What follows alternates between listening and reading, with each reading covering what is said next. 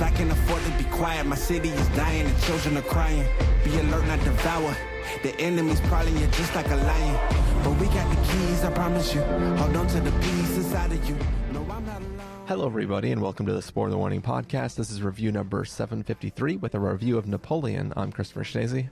And I'm Stephen Miller. And if you're joining us for the first time, the Spoiler Warning Podcast is a weekly film review program. Each week of the show, we're going to dive in, debate, discuss, and argue over the latest films coming to a theater near you. This week, we're talking about a film that's in theaters now, will soon be on Apple TV+. That is Napoleon, the latest film from Ridley Scott. I think it'll be taking over all the streaming platforms within a few months, actually. It's going to slowly just conquer more and more territory. Unless one of those platform holders decides to set itself on fire to make sure that Napoleon can't take it over. The only thing hurting this analogy is the movie is not short. That is true. Yeah, that is very true. But yeah, this is a Napoleon film. Stephen, was your potential interest in this film purely related to Ridley Scott and Joaquin Phoenix, or was this sort of I'm a history buff, I'm interested in whatever is going to be portrayed in this film sort of situation? I'm definitely not a history buff. It was mostly, I can't say it was Ridley Scott. I mean, like, obviously Ridley Scott has made some amazing movies, but we reviewed Exodus, Gods and Kings early in the podcast. So like I've seen plenty of movies that were not good by Ridley Scott also. But Joaquin Phoenix playing Napoleon, that was something I was really curious about. And just in general, the idea of making a Napoleon movie is something that I think has been floated around by many great directors. Like Stanley Kubrick famously was trying to do a Napoleon movie for a while. So it's always been a kind of white whale of, can you tell this story? And so I was curious, and it sounded like Ridley Scott got the budget. He got arguably one of the greatest actors of their generation, and he was going to make something amazing with it. So I was totally on board. And the trailer was fucking awesome, at least in my opinion. It just seemed like it was going to be epic. The story of a man who takes over the world.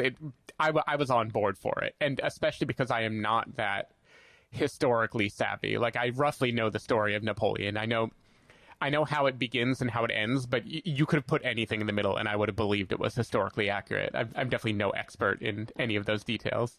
Yeah, that may or may not be convenient for this film. Yep. But yeah, for me, I am not a history buff at all, and I know, but basically the extent of my knowledge of who Napoleon was is basically cartoons and jokes about Napoleon, right? Like that's kind of most of what I've absorbed about Napoleon is the way things treat who he was and basically his small stature. So like nothing about a Napoleon film would have excited me, but seeing Ridley Scott doing like, a big epic about whoever the hell this guy was. And then, as you said, that trailer came out and I was like, all right, this looks kind of dope. I'm kind of excited for this film. So I was definitely optimistic going in, not necessarily from anything historical or maybe even Ridley Scott historical, but just it seemed pretty cool, and I was kind of excited to see what we got. Yeah, for sure. And I mean, we've seen Napoleon in Bill and Ted. I've probably seen him in something else too. I'm trying to think of when I've seen him portrayed on the big screen before. But yeah, should we get into this film, Stephen? Sure. All right, let's take a listen to the trailer for Napoleon and come back and give everybody a review.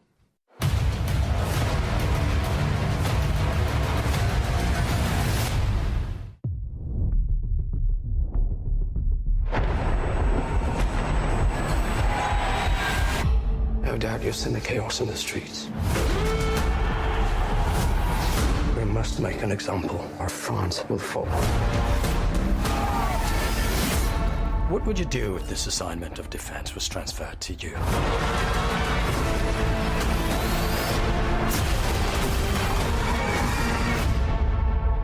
I promise you brilliant successes.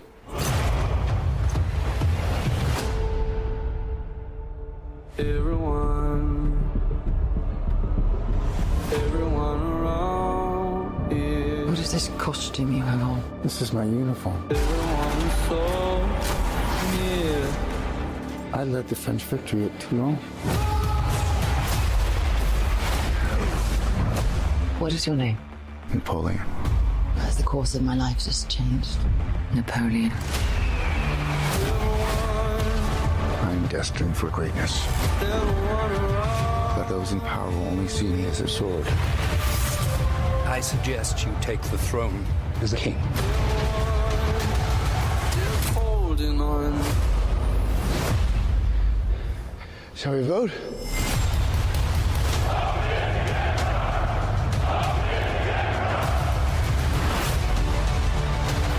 This vermin has held the world hostage with his egotism and his lack of simple good manners.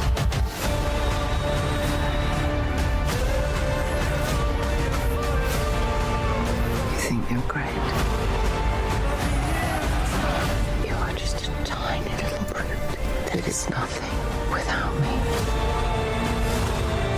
All of Europe is uniting forces against me. What's the outcome of this if you don't succeed? Your Majesty, we are discovered. Good. It's a trap! I'm the first to admit when I make a mistake.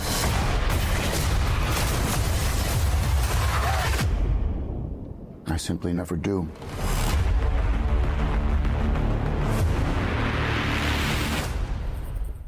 All right, so that was the trailer for Napoleon. It is Ridley Scott's telling of, I guess, the military career of Napoleon Bonaparte, as partially told through his relationship with his wife, Josephine. Stephen Miller, what did you think of Napoleon? I mean, this is one of those movies where a famous line in the movie kind of says everything. Once you see it, you'll never want anything else that Ridley Scott has ever directed. I know there are many things bewildering about this movie to some people. Some might point to Joaquin Phoenix's portrayal of Napoleon, where he doesn't seem to even try to be Napoleon. Some might point to the fact that this is very much a dark, like, satire of the character of Napoleon, skewering him in a Death of Stalin type way. People might talk about how this tries to do the biopic thing where it tells the entire story of someone's life in a compressed format, which makes it be kind of chopped up and confusing. All of those things I don't care about. Like, all of those would have made this like a fine movie or whatever. To me, what I don't understand is why this movie is so fucking boring. It is such a boring movie.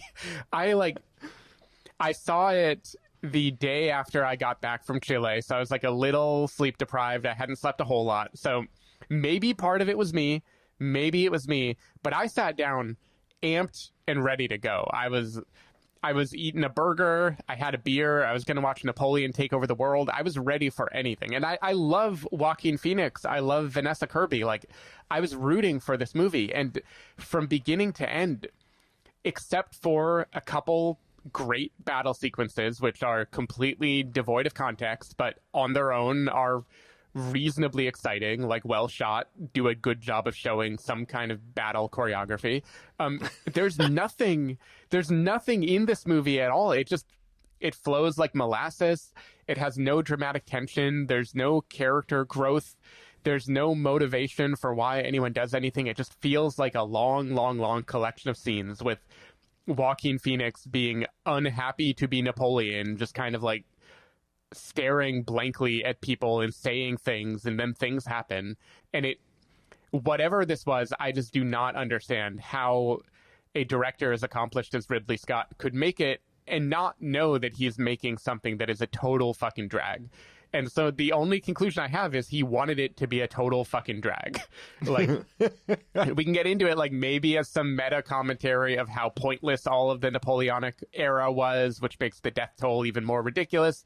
I don't know what it is, but this, I could not believe how big of a miss this was. Like, I was angry leaving the theater in a way that I have not been for pretty much any movie this year. So, Chris, how did you feel about the movie Napoleon?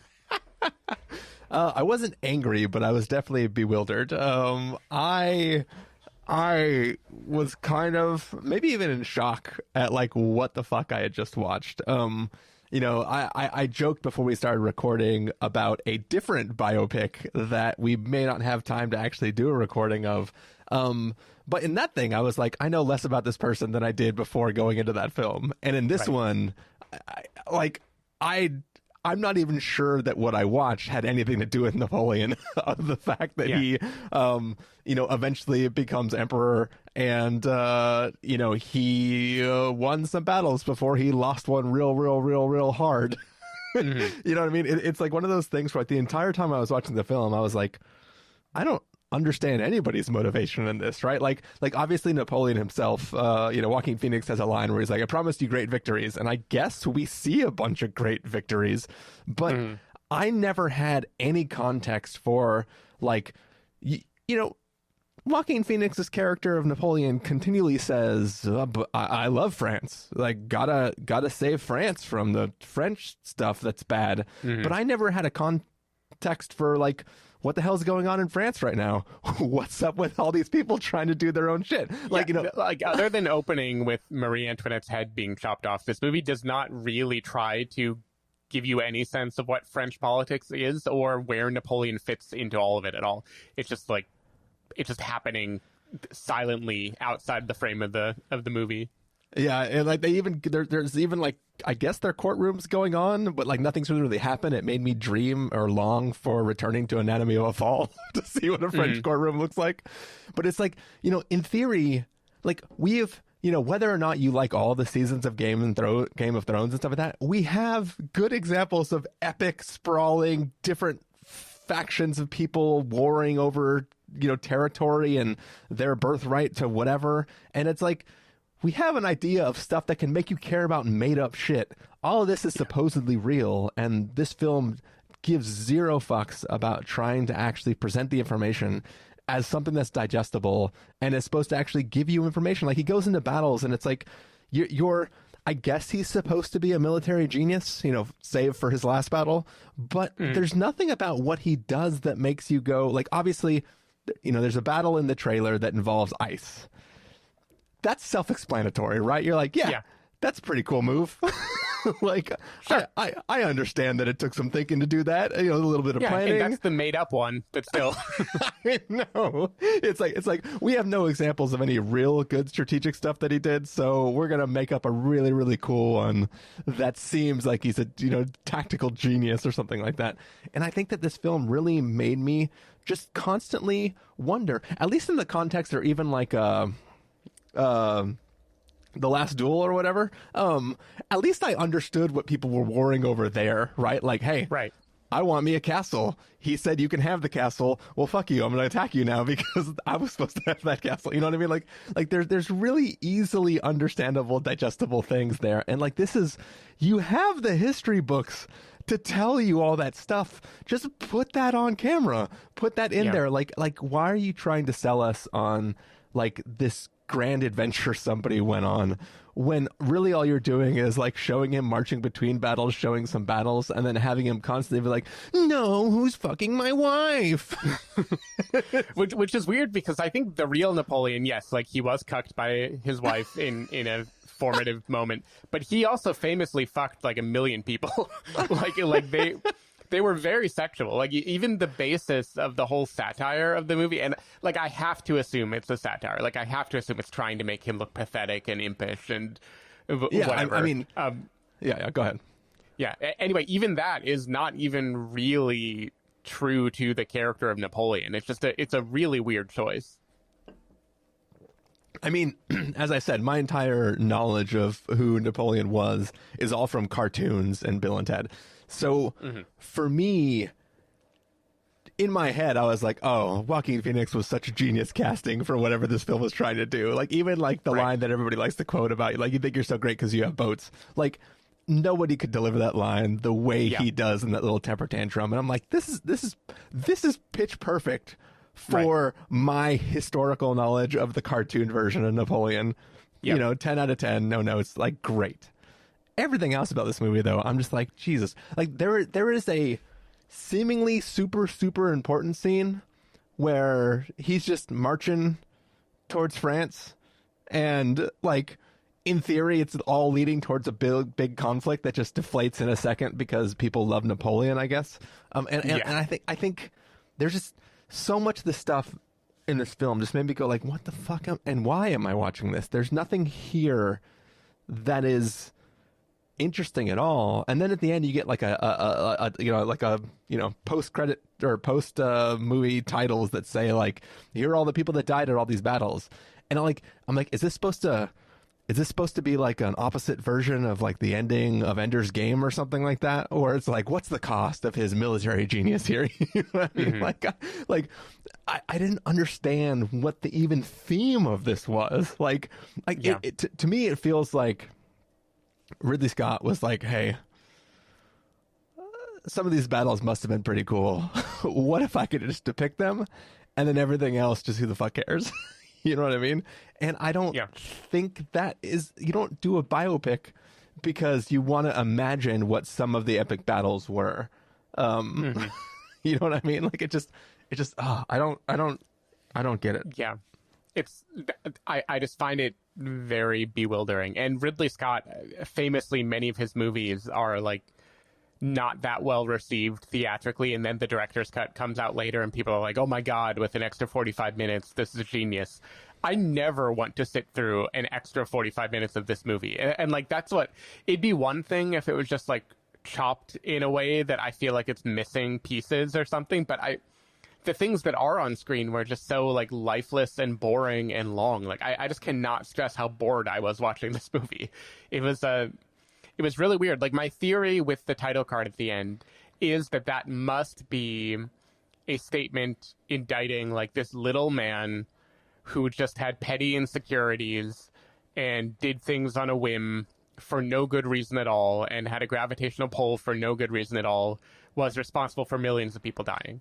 Right? Like that has to be what the message of the movie is. But none of the movie is building to that at all. The movie is just like alternating between very, very, very boring palace intrigue, kind of jokey romance things. Like, the movie is at its funniest when Joaquin Phoenix and Vanessa Kirby are talking to each other. And then like the occasional thrilling battle scene that doesn't connect to anything else. It's just a baffling movie. I really, really, really don't understand it. And it has like, it isn't doing great, but it has like a 59% on Rotten Tomatoes. It's like more people than not were like, yeah, this was a good movie. And I don't understand. Like, I dislike this movie more than Exodus, Gods and Kings, because at least a bad movie knows that it's bad. Like, this movie did not seem to know that it's bad. It seemed to have Napoleonic delusions of grandeur, even while it was really bad, in a way that I just, I don't know. I didn't get it. It went over my head. Ridley must be doing something, but it did not work for me at all. Yeah, I kept watching this film going like, dear God, how much more of this guy's life is going to take place? And then there's a point where like they're going over a map and he's like, and everything's going to converge right here, and it points to Waterloo, and like the camera sort of does like a comic sort of like zoom in real fast, and I was like, okay, thank God we're almost done. Like, yeah, I intellectually I knew about Waterloo, I definitely did, but I also remembered that Napoleon famously like marched into Russia, and that was his downfall, because it's famously been the downfall of multiple people trying to do that. Yeah. And so when he's marching into Russia, in my head I was like, oh, thank God, the movie's almost over. And it was like halfway through the movie. Like, there was so much more to go after that. I will say though, the marching into Russia and having Russia be completely empty, I wonder if that was part of the, like, this is why I want to make this movie. It's like, because it is kind of impressive just to see that entire, like, everything just be so weird and dead like that. I definitely thought it was cool. Any scene that is military related is interesting, and I can see like, I can see why Ridley Scott would want to do this movie. But just do that movie then. Do like the military version of this that is showing a progression of battles with like 5 minutes of palace intrigue in between. This movie is not that. This movie is like 3, maybe 4 large military set pieces, and then like 2 hours of palace intrigue in between all of that. It's just a really weird combination to me.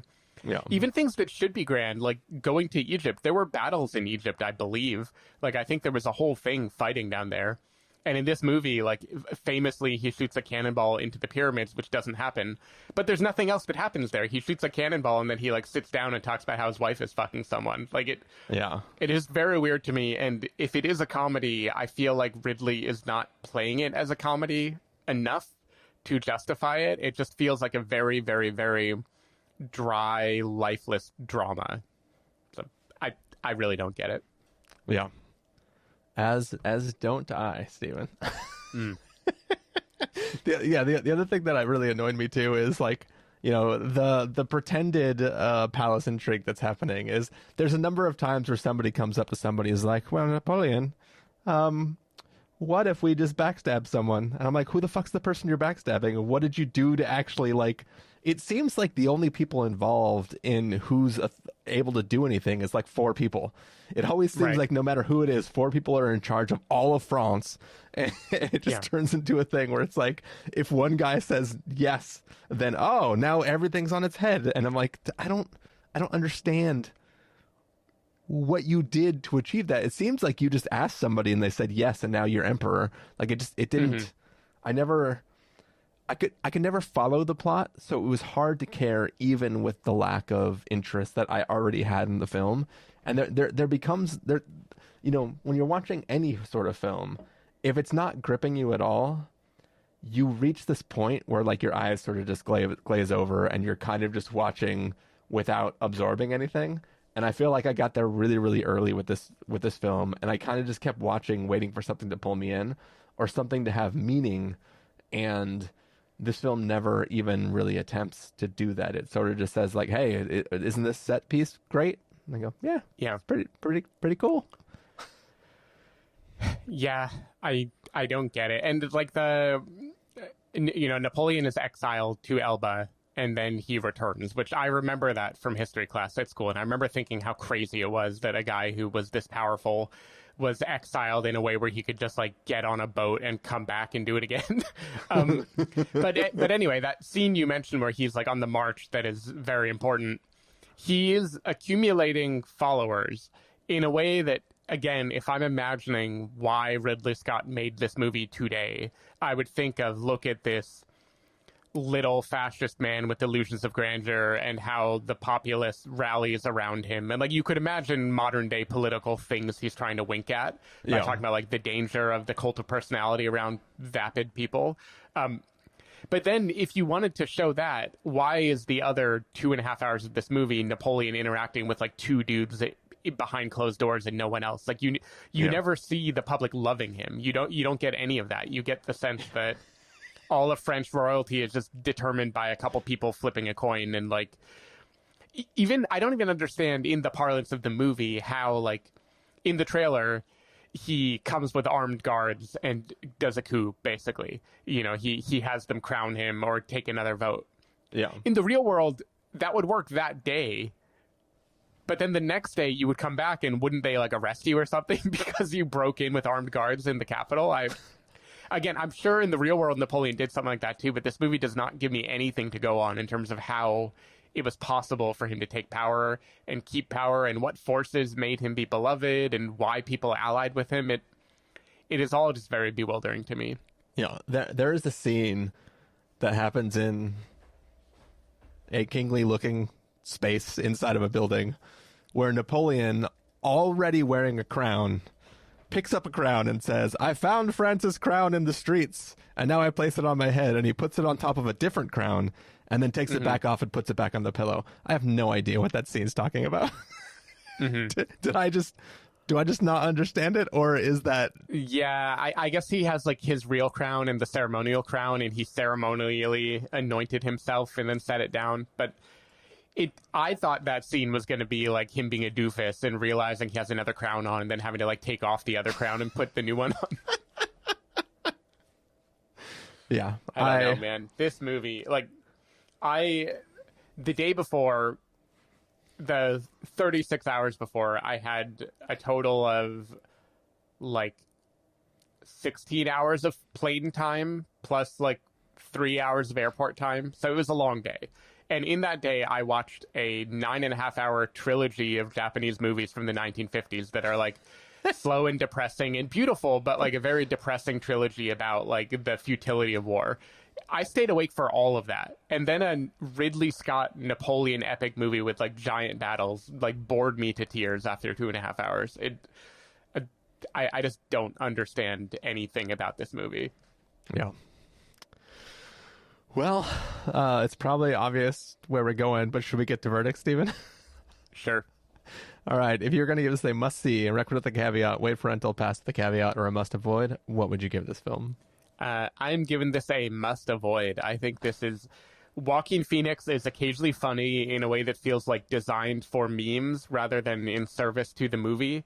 But in general, I feel like this is a miss in all directions. And the reason I hated it rather than just thinking it was not very good is that it should have been great. Like, it had all the raw materials, and to do something so boring and lifeless with all those amazing raw materials just feels infuriating to me.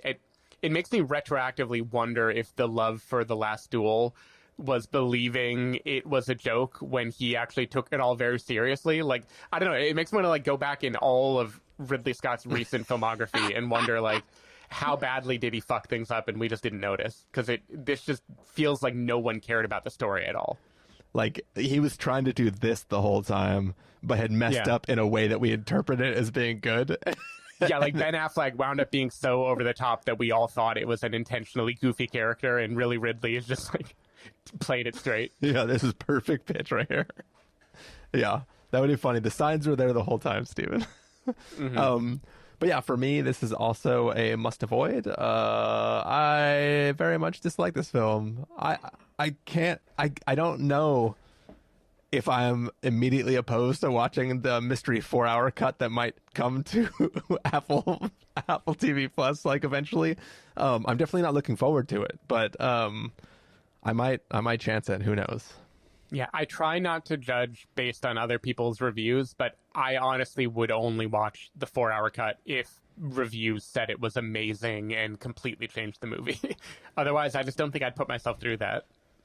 I mean, the good news is you could, like, even if they don't break it into segments, you could treat each of the major battles that are featured in this film that we did watch as finales of episodes, right? Like, you could just watch it, watch the battle, turn it off, and be like, I'm not going to waste the rest of my evening. I'll go, and then tomorrow maybe I'll check out the next battle, the next part of his life.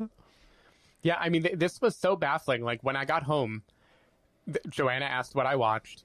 And I said the Napoleon movie with Joaquin Phoenix, and she was like, "Oh wow, really? How was it?" And I said it was bad, and it was like she didn't believe me for a while. She was like, "Really?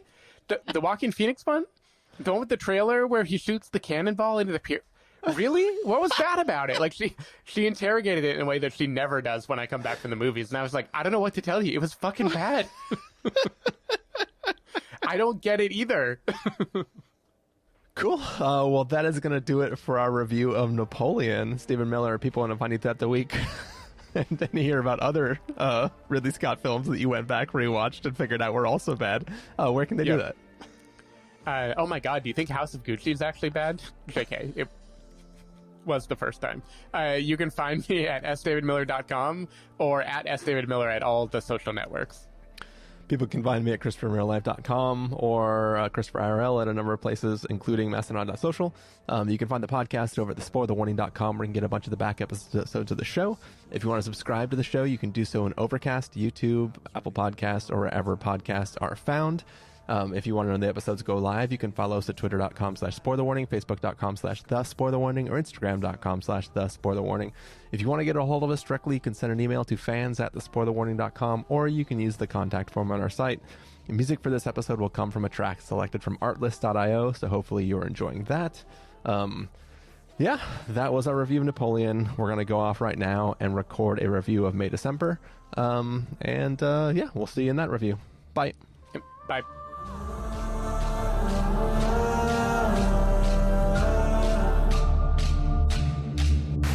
Horror.